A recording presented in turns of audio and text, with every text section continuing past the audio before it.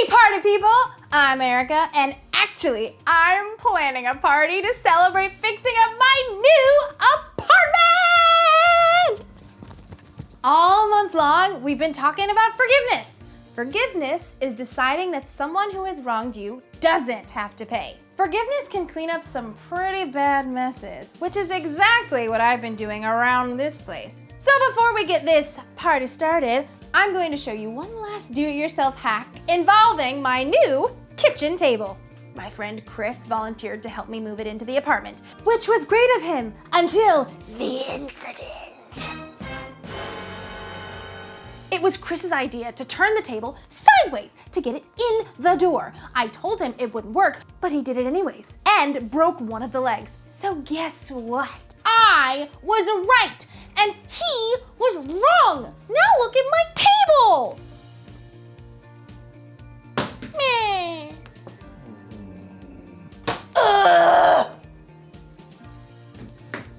So it was Chris's fault that I have to spend my whole afternoon showing you how to make a table more level. Thanks a lot, Chris. Guess who's not getting invited to the party now? It's you, Chris. Let's do this thing.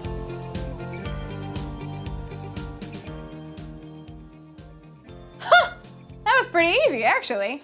Let's check this out. Test 1. Test 2. Ooh, yay! Last but not least, test 3. Oh man, so pretty good. Don't think that lets you off the hook, Chris. You're still missing out on my party. Today's story is about a guy who wasn't so sure he wanted to party. My party's going to be great, by the way. We're going to have music and games and snacks. And although Chris would usually be the one to bring the snacks, plus he plays the best games and picks really good music. Ugh! If Chris isn't invited, maybe I'll be the one who misses out. The Bible. It's 66 books of history, stories, letters, and poetry that fit together to form God's one big story. The epic adventure of how He created us and loves us so much that He made a way to rescue us. As we travel through the Bible, from Genesis to Revelation, we discover people who met God and found their lives changed forever. And now for an amazing story, inspired by the book of Luke, chapter 15, verses 21 through 32. When Jesus wanted to share something important, he often told a story to explain what he meant. Now one day, the religious leaders were grumbling because Jesus chose to bring in outcasts and people who did things wrong. He hangs out with sinners and even eats with them. Jesus knew their hearts. These men thought they were better than everyone else. So he told them the story of a man and his 2 sons. Now the youngest son asked for his share of his father's money and he took off. He spent his money on parties and all other stuff. But then the money ran out and he ended up at a miserable job feeding pigs while he himself starved. Desperate, the young son returned home planning on begging for mercy and working as a servant. Instead, his father welcomed him with open arms and even planned a party for his lost son in his honor. Ultimately, seemed like a happy ending. But Jesus wasn't finished with the story yet. The older son was in the field.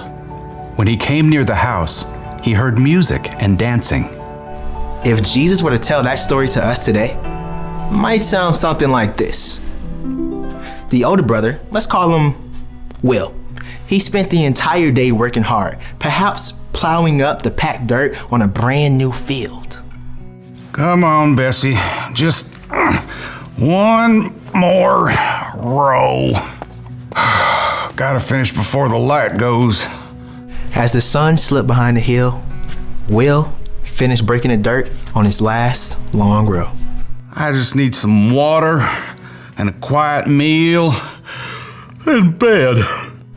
Will trudged slowly back to the house and left Bessie in the barn with a bag of oats. If my slacker brother hadn't run off, I wouldn't have to work so hard. As Will neared the house, he was surprised to see the lights blazing from every window. What is going on? Will stopped, trying to make sense of all the activity and the music. Then, the back door opened. One of the servants stepped outside to throw out a bowl of scrap. Then she turned to go back inside. Wait. The servant paused. What's happening? It's just the party for your brother. The what for my what? You haven't heard? Your brother showed up this afternoon. Your dad had the fattest calf killed and roasted to celebrate. He is so thankful Jake's safe. A party? My dad is throwing a party? I'll let the family know you're back. What? No. I am not coming in. The servant wrinkled her nose. Whew. You want someone to run you a bath first? Leave me alone. The servant hurried back inside. Will paced as his exhaustion vanished and anger coursed through his veins. I work all day. Every day. Has Dad ever thrown a party for me? Will stalked back and forth, fuming as the back door opened up again. His father hurried out. Will, here you are. Well, look at that. You decided to remember I exist. Your brother is back. He's okay. Well, that is just fantastic. We're all celebrating, but it's not complete without you. Come on inside. Will turned and looked directly at his father, eyes blazing. All these years, I've worked non-stop for you. I've done every single thing you asked, and you never even given me a goat to have a party with my friends. You never said you wanted. This son of yours runs away with your money and wastes it like a fool. Then he shows up and you roast a fatted calf and throw a giant shindig. Will's father sighed, took a deep breath, and looked Will directly in the face. My son, you are always with me. Everything I have is yours, but we had to celebrate and be glad. This brother of yours was dead for all we knew. And now he's alive again. He was lost and now he is found. Look, I'm real tired. I plowed the entire north field. Thank you. I think I'll just go to bed. Won't you come into the party? Just for a few minutes. Will hesitated. He could see the people through the window, dancing, eating, full of joy. The light and the music called them. Please, Will. We don't know if the older brother ever listened to his father. We don't know if he ever forgave his younger brother. We don't know if he chose to go and enjoy the party. But what we do know is that if he stayed outside, he missed out on many good things.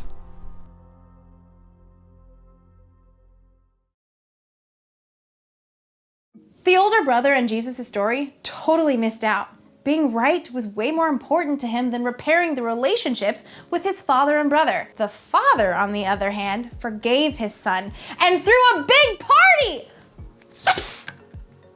Forgiveness is something we should celebrate. Think about it. In the beginning, God decorated for the biggest party ever when he made paradise for his people. But over time, people got further and further and further away from paradise. So, God sent Jesus. Because of what Jesus did for us, we can be forgiven. Jesus even said that when someone turns to God, there's great joy in heaven. Maybe like a party! When you forgive someone in your heart, that's worth celebrating. I mean, forgiveness can save relationships. It can even make someone else feel like they matter. And forgiveness can take the weight off your shoulders too. But when you hold grudges and you don't forgive, you can miss out on all that stuff. That's why the one thing to remember today is this. When you don't forgive, you miss out. So, of course, I'm going to forgive my friend Chris for breaking my table even though I was right and he was wrong. I don't want to miss out on our party. And I definitely don't want to miss out on our friendship. That's way more important to me than being right. Well, that's all for now. I've got to go get ready for a party. See you around.